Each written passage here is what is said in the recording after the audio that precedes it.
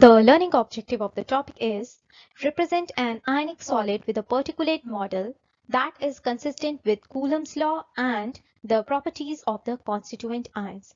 By now, we already know what is Coulomb's law, but how to represent a model of the ionic solid which would be consistent with Coulomb's law as well as the properties of the ions. We will be seeing all of that in this video. Hello everyone, this is topic 2.3, structure of ionic solids. This is taken from AP Chemistry College Board. Let's start.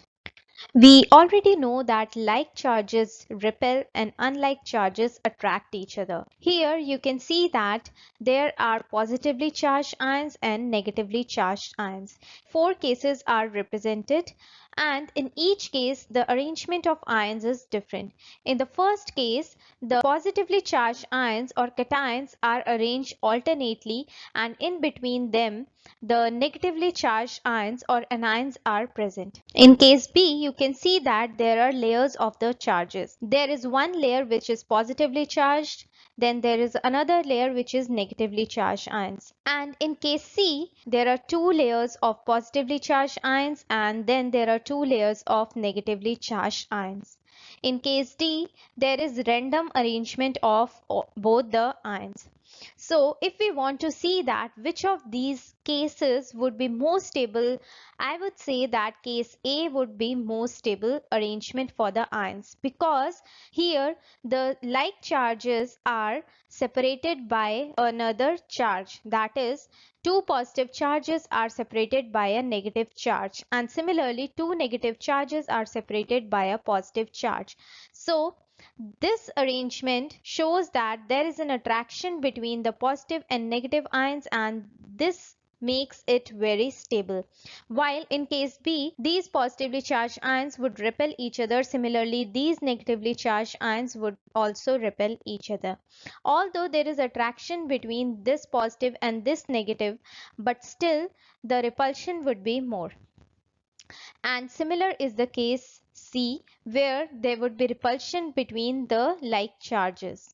In case D, you can see that there are some places when the like charges are adjacent to each other. So in such cases, there will be repulsion. That is why the arrangement in the case A would make it very stable. This was the arrangement which we normally see in the ionic solids, and these ions arrange themselves in such a way that the repulsion is minimum and there is maximum attraction, which makes it stable. Here I have taken the case of NaCl. You can see that sodium atom has 11 protons and 11 electrons. It donates one ion and it becomes Na positive ion, which is a cation, and still it has 11 protons and 10 electrons. This electron is taken up by chlorine atom, which has 17 protons and 17 electrons. When this chlorine atom takes up that electron, it becomes Cl negative ion and the total number of electrons become 18. So now there is an attraction between these two ions, and this attraction leads to this kind of structure which we saw in the previous slide also, that how these ions arrange. Here you can see the periodic table of the elements, and this is just a recap of what we did in the periodic trends. If you have not seen the video, you can click the card above. And here I will just tell you that the size of the atoms goes on increasing as we move down the group because of the increase in the number of shells, and as we move across the period, the size of the atoms goes on decreasing because of the increase in the number of protons, which leads to increase in the effective nuclear charge. We will be seeing that how this periodic trend will be affecting the representation of the model of ionic solids. Here I am comparing two ionic solids. One is NaBr and another is RbBr. The common thing between these two compounds is bromine atom. This compound has sodium atom and this compound has rubidium atom.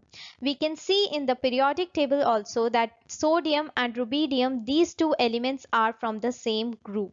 And I have already told you that as we move down, the size of the atom goes on increasing because of the increase in the number of shells.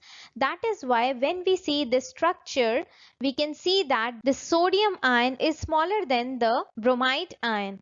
And on the other case, when we compare the sizes of rubidium and bromide ions, we can see that sizes are almost the same. Bromine atom lies here in the periodic table.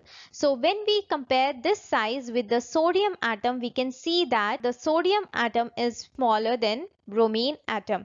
Although when we compare the sizes of bromine and rubidium atoms, rubidium when loses the electron, it gets an electronic configuration of krypton, and bromine atom when gains an electron, it also gets the electronic configuration of krypton.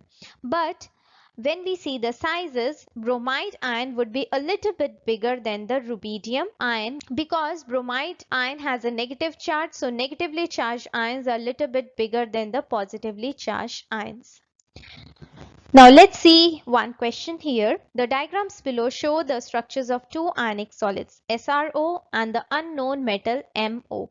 So here SRO is shown and here is the arrangement for the MO. Based on the diagrams above and the periodic trends, which of the following correctly identifies the metal cation M2 positive? We need to tell the identity of M2 positive ion. So we can see that strontium lies here. And when we compare the sizes of strontium and this M2 positive, we can see that this strontium is little bit smaller than M2 positive ion. As we move down the group, the size of the ions goes on increasing, and when we see the size of magnesium ion, it would be smaller.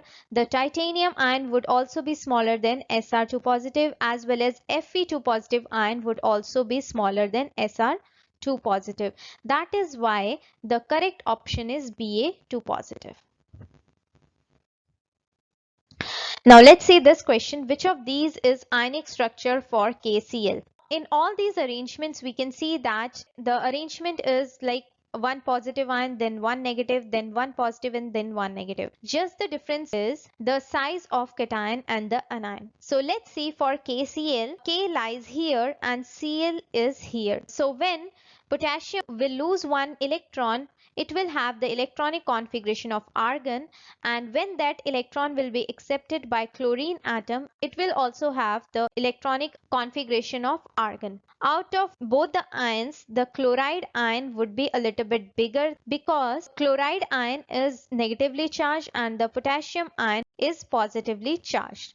So if we see these four arrangements, I would say that case D is the most appropriate because the positive ion is smaller than the negative ion. In case C, the sizes are almost the same, and in case A and B, the negative ion is smaller than the positive ion.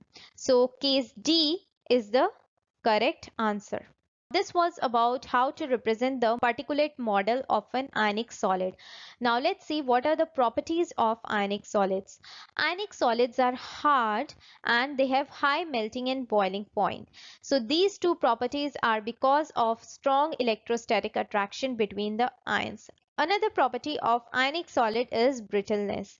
So brittleness means when you apply some pressure to the solid, it would break easily. This is the particulate model of the ionic solid, and when this force is applied, there is a movement of layers of the ions. So you can see here that when the layers move, the positive ion became close to another positive ion. So this leads to repulsion between the like charges, and due to this repulsion, the crystal cracks, or you can say the ionic solid cracks.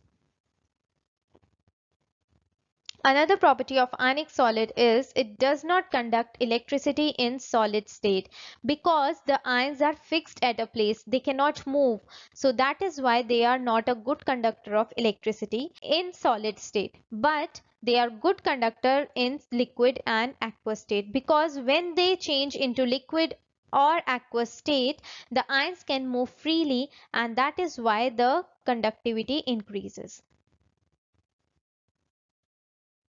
So the learning objective of the topic was represent an ionic solid with a particulate model that is consistent with Coulomb's law and the properties of the constituent ions.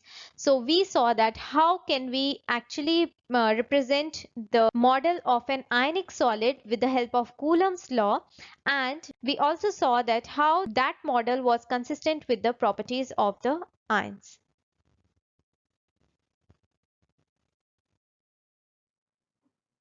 Please like and subscribe to the channel Log IOTA and press the bell icon